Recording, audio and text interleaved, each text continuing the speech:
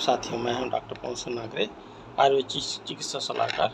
आपका एक बार फिर से स्वागत है हमारे चैनल पे। तो चलिए आज हम बात करते हैं कि हमारे दैनिक जीवन में आयुर्वेद का कहाँ पर महत्व है, कितना महत्व है।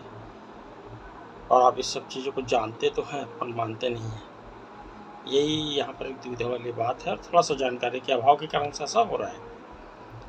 तो मैं बहुत से लोगों से पूछा भी, कई प्रोग्राम में गया, स्कूलों में, कॉलेजों में, कई कैंप में गया और जा कर के कम्युनिटी के बीच में, लोगों के बीच में पूछता हूँ कि क्या आपके दैनिक जीवन में कहीं पर उपयोग होता है क्या। तो लोग जो बड़े संशय की स्थिति में देखते हैं और ना में जवाब देते हैं कि हम अपने दैनिक जीवन में आयुर्वेद का उपयोग कहीं पर भी नहीं करते हैं। तो यह भ्रांति को ही दूर करने के लिए जागरूकता के अंतर्गत यह एक वीडियो मैं आपके सामने लाया हूँ। तो कृपया ध्यान से सुनिएगा कि हमारे दैनिक जीवन में आयुर्वेद के अलावा कुछ भी नहीं है। और दैनिक जीवन क्या है, पूरे जीवन में ही आयुर्वेद के अलावा कुछ नहीं है। इस चीज़ को जानने की ज़रूरत है और ध्यान से सुनिएगा कि हमारे दैनिक जीवन में कैसे आयुर्वेद का समावेश है, हमारे दैनिक जीवन में कैसे आयुर्वेद हमारे अंदर में, हमारे साथ में रहता है। अभी तो समय के हिसाब से बदलता गया और ब्रश, जीभ ये सब आना चालू हो गया है। लेकिन पहले ये था कि सुबह उठते ही हम दातुन करते थे।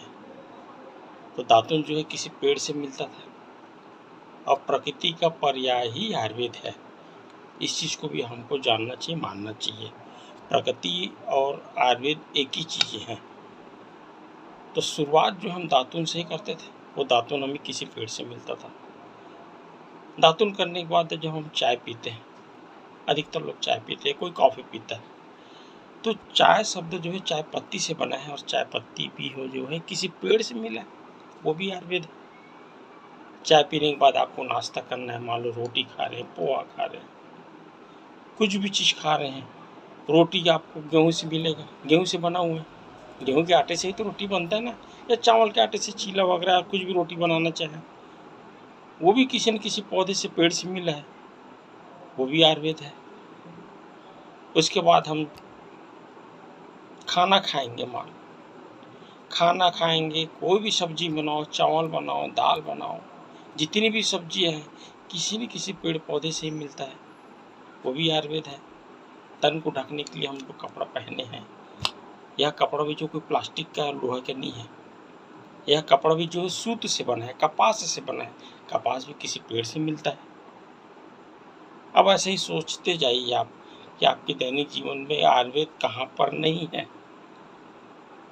तो आपको महसूस होगा कि हमारे दैनिक जीवन में ही क्या, पूरे जीवन में आयुर्वेद का समावेश है और हमारे पास आयुर्वेद ही है और हम आयुर्वेद के अलावा किसी और चीज़ का सहारा लेके नहीं जीते। आयुर्वेद के माध्यम से ही, आयुर्वेद के शरण में रहकर भी और आयुर्वेद के साथ ही हम अपना जीवन यापन करते हैं। इस चीज़ को मानने की ज़रूरत है, जानते आप सभी हैं। तो निश्चित रूप से इस जागरूकता शिविर को आप बहुत से लोगों को फैलाइए कि हम जो आयुर्वेद से बने हैं और आयुर्वेद का ही उपयोग किया जाना चाहिए।